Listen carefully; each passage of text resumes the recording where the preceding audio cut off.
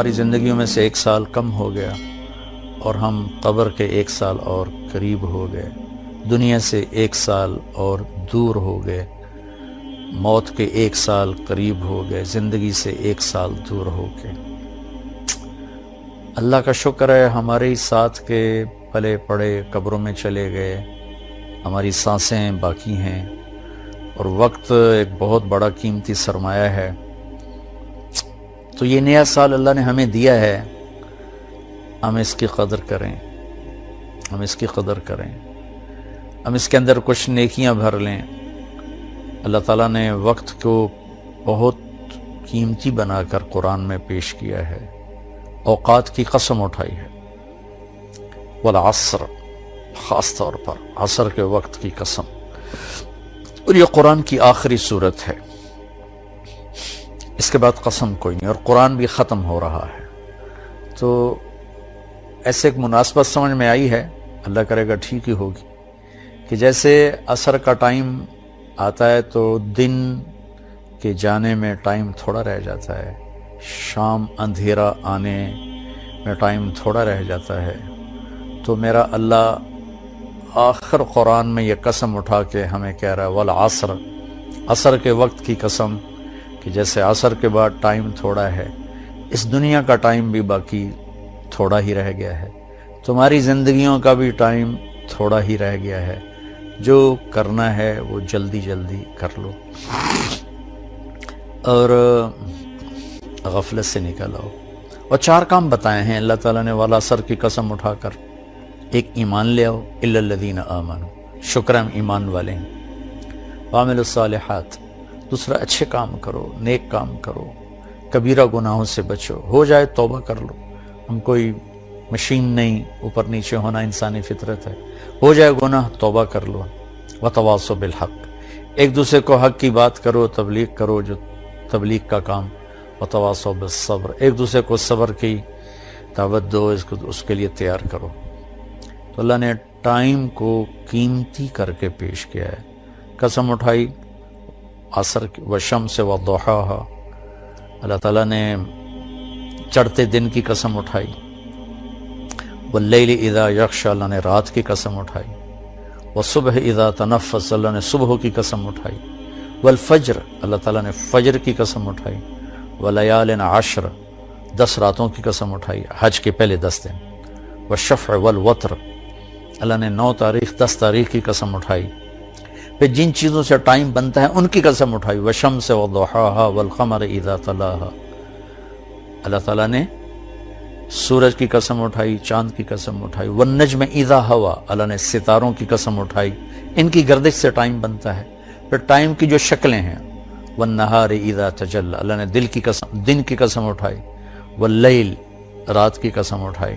تو جتنے time figure ہیں بڑے، ان سب کی اللہ نے قسم اٹھائی ہے، دن کی، رات کی، عصر کی، چڑھتے دن کی، پھر خاص راتوں کی، صبح کے وقت کی، صبح صادق کے وقت کی، فجر کے وقت کی، پھر حج کی 10 راتوں کی، پھر حج کے 9 تاریخ کی، پھر عید کے دن 10 تاریخ کی۔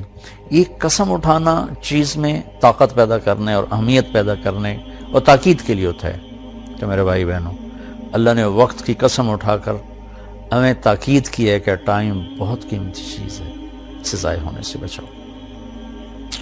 کم از کم یہ ہے، اگر ہم نیکی نہیں کر سکتے تو کوئی گناہ نہ کریں، اور ہم بشر ہیں، گناہ ہو جائے تو توبہ کریں گے تو انشاءاللہ اللہ اپنے فضل و کرم سے معاف فرما دیں گے۔ تو نئے سال کا استقبال تو ہونا چاہیے شکر کے ساتھ، لیکن مغرب کی آندھیوں نے ہمارے بہت سے چراغ بجھا دیے، اور ہم بھی اس رات کو اس طرح مناتے ہیں جیسے وہ مناتے ہیں جن کے سامنے نہ جنت ہے، نہ جہنم ہے، نہ آخرت ہے۔ وہ تو بیچارے معذور لوگ ہیں، انہیں پتہ ہی کوئی نہیں، یعلمون ظاہرا من الحیات الدنیا وہم عن الآخرۃ ہم غافلون، انہیں آخرت کا پتہ نہیں، صرف یہی دنیا کو جنت بنانے کے چکر میں ہیں، تو وہ کر رہے ہیں۔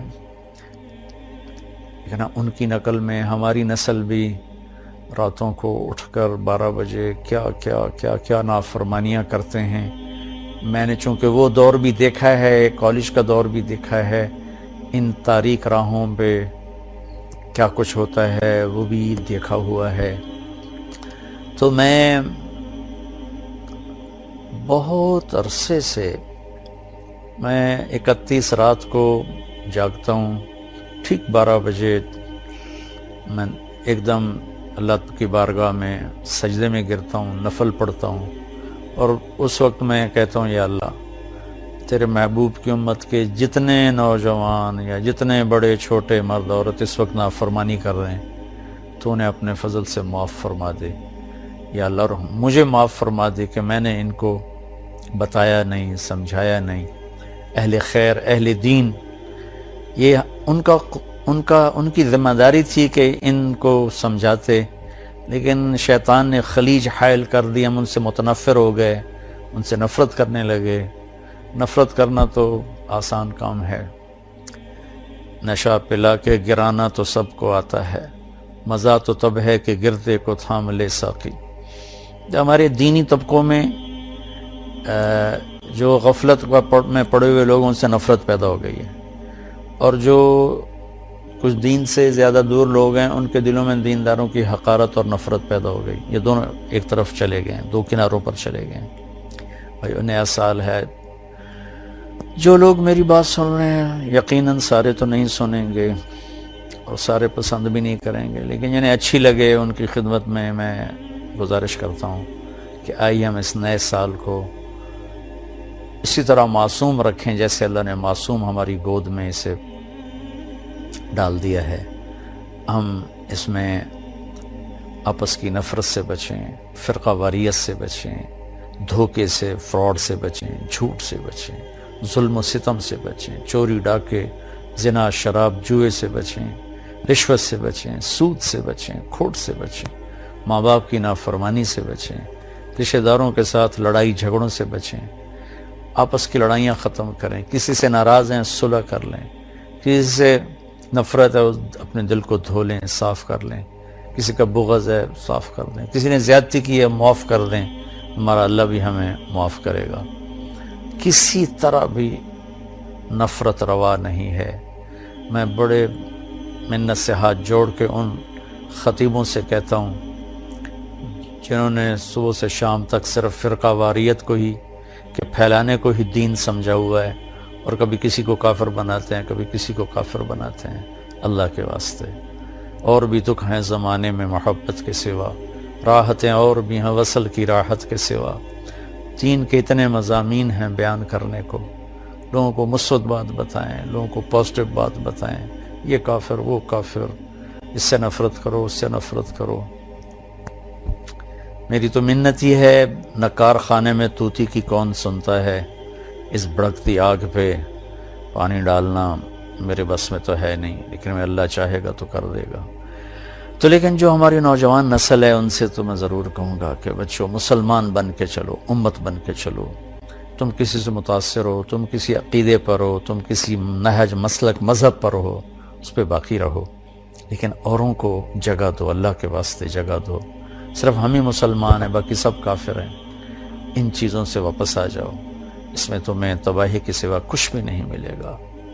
میں نے دنیا پھری ہے، تاریخ پڑھی ہے، میں خون کے آنسو روتا ہوں جب مذہب کے نام پہ نفرت کی آگ کو بھڑکتا دیکھتا ہوں، سیاست کے نام پہ قتل و غارت دیکھتا ہوں، درد اٹھتا ہے، ایک بھوک سی دل میں اٹھتی ہے، ایک درد جگر میں ہوتا ہے۔ ہم رات کو اٹھ اٹھ روتے ہیں جب سارا عالم سوتا ہے۔ کسی کہنے والے نے کہا میں نے تو نقل کیا ہے، میں تو ان لوگوں میں نہیں ہوں رات کو اٹھ اٹھ روتے ہیں۔ البتہ دکھ ضرور لیے پھرتا ہوں کہ کاش امت کے اندر محبت ہو، پیار ہو۔ افسران سے کہتا ہوں بددیانتی چھوڑ دو، مزدوروں سے کہتا ہوں خیانت چھوڑ دو، تاجروں سے کہتا ہوں کھوٹ ملاوٹ چھوڑ دو، ذمہ داروں سے کہتا ہوں تکبر، ظلم و ستم چھوڑ دو، طاقتور سے کہتا ہوں اللہ کو یاد کرو، ایک دن طاقت کا نشہ اتر جائے گا، موت اٹھا کے سب کچھ لے جائے گی۔ چور ڈاکوؤں سے کہتا ہوں ہمارے ہی بچے ہو، ہمارے ہی بھائی ہو، آ جاؤ ہم مل کے توبہ کریں۔ فضیل بن عیاض بہت بڑے ڈاکو تھے، ان پورا عراق ان کے نام سے تھر تھراتا تھا اور کانپتا تھا، لیکن جب توبہ کی تو ایسے بڑے ولایت کے مقام پر پہنچے کہ اس زمانے کے سارے اولیاء کرام ان کے سامنے گھٹنے ٹیک گئے. ڈاکو سے اتنے بڑے مقام پر پہنچے. بادشاہ وقت بھی ان کے سامنے بیٹھ کر کانپتے تھے، یا لوگ ان کے ظلم و ستم سے کانپتے تھے، یا پھر ان کی ہیبت اور معرفت الہی اور محبت اللہ کی اور دین کا مقام جو ملا، یا پھر اس سے لوگ ایسے کانپتے. ہارون رشید جیسا جابر بادشاہ عطیات کی شکل میں ان کے سامنے بیٹھتا تھا. اپنے ہی وہ سب یہ غلط راستے ہیں. ظلم و ستم کا راستہ کبھی سکھ کا راستہ نہیں ہے. ممکن ہے آپ اپنی طاقت کے بلبوتے اور اپنے باڈی گارڈز پر 4 دن زندہ رہ جاؤ، لیکن آخر موت تو آئے گی نا. پھر قبر میں بہت خوفناک کام شروع ہو جائے گا کہ ظالم کے لیے زمین بہت تنگ ہو جاتی ہے. تو اب ہمارے بچے ہو، ہماری نسل ہو، میں تو تمہارے لیے بھی اتنا ہی درد رکھتا ہوں، کیونکہ ہمارا ہی بچہ بگڑا ہوا ہے. مائیں تو ڈاکو نہیں جنتی، مائیں تو چور نہیں جنتی، مائیں تو کسی کو ظالم نہیں جنتی. ماحول معاشرہ ان کے ساتھ وہ چال چلتا ہے کہ کوئی کیا بن جاتا ہے، کوئی کیا بن جاتا ہے. حکمرانوں سے کہتا ہوں رحم دل بنو، ظلم و زیادتی سے بچو. تمام طبقات سے کہتا ہوں صدق و امانت، سچائی اور دیانتداری، 2 کام اپنے نبی کے ہم لے لیں. ایک سچ بولنا، ایک دیانتداری. ایک ہم جھوٹ نہ بولیں، ایک ہم دھوکہ نہ دیں. تمہارا سارا ملک جنت کا ٹکڑا بن جائے گا. بجلیوں کے بہتر ہونا بھی ہماری ضرورت ہے، اور چیزوں کا سستا ہونا بھی ہماری ضرورت ہے، لیکن اس سب سے زیادہ ضرورت ہے کہ ہمارے دیش میں سچائی ہو اور دیانتداری ہو. کھوٹ ملاوٹ کرنے والوں سے کہتا ہوں اللہ کے واسطے یہ ظلم و ستم نہ ڈھاؤ، اس کا بہت بڑا وبال دیکھنا پڑے گا. اور حکومت سے تعاون کریں، حکومت ہمارے ساتھ تعاون کرے. ہم حکمران ناجائز ٹیکس نہ لگائیں جس سے لوگوں کی کمر ٹوٹ جائے. تاجروں سے کہتا ہوں ٹیکس بچانے کے لیے چوری نہ کرو، جھوٹ نہ بولو، 2 رجسٹر نہ بناؤ، حکومت کو ٹیکس پورا دو. مجھے یقین ہے یہ صدقے کا ثواب لکھا جائے گا. اور میں نہیں سمجھتا ہوں کہ ٹیکس چورانا جائز ہے. اگر آپ کو فتویٰ دیتا ہے ٹھیک ہے، میرے سر ماتھے پر اختلاف رائے ہے، لیکن میری رائے میں ٹیکس بچانے کے لیے جھوٹ بولنا یہ اتنا ہی جھوٹ ہے جتنا کسی اور چیز کے لیے جھوٹ بولنا ہے. تو چند پیسوں کے لیے جھوٹ نہ بولیں، اپنے حکومت کی مدد کریں، ہم ان کو دیں. حکمرانوں سے کہتے ہیں ایسا ظالم ٹیکس نہ لگائیں کہ لوگ جھوٹ بولنے پر مجبور ہو جائیں اور ان کی کمر ٹوٹ جائے. تو اللہ تعالیٰ ہمارا یہ سال خیر و برکت کا بنا دے، اچھا بنا دے. ایک دوسرے سے پیار محبت کی فضا قائم کریں. عبادات میں نماز بالکل نہ چھوڑیں، کہ نماز کا چھوڑنا اگر کہیں بھی گنجائش ہوتی تو حسین عالی مقام کربلا کے مقام پر ان کو حق بنتا تھا کہ وہ ظہر کی نماز چھوڑ دیتے، لیکن انہوں نے زیر خنجر تلواروں کے سائے میں اپنے خون سے وضو کر کے کربلا کی مٹی سے تیمم کر کے سجدوں میں سر رکھ کے جان دے کر یہ پیغام دیا کہ اگر اہل البیت آل الرسول کربلا کی تپتی ریت پر سجدہ کر سکتے ہیں تو تم ٹھنڈی چھاؤں میں کیوں سجدوں سے بے نیاز ہو گئے ہو. ہمارے دیہاتی کہتے اللہ آپ پہ بشکیسی، اللہ آپ پہ بشکیسی. یہ بہت خطرے کی بات ہے بھائیو. نماز نہیں چھوڑی گئی کربلا میں بھی تو آج کیسے چھوڑی جا سکتی ہے. یہ میرا پیغام ہے. اللہ تعالیٰ مجھے آپ کو سب کو اپنے دین کی، دنیا کی، اس ملک کی حفاظت کے لیے استعمال فرمائے اور ہم سے راضی ہو جائے. السلام علیکم ورحمۃ اللہ.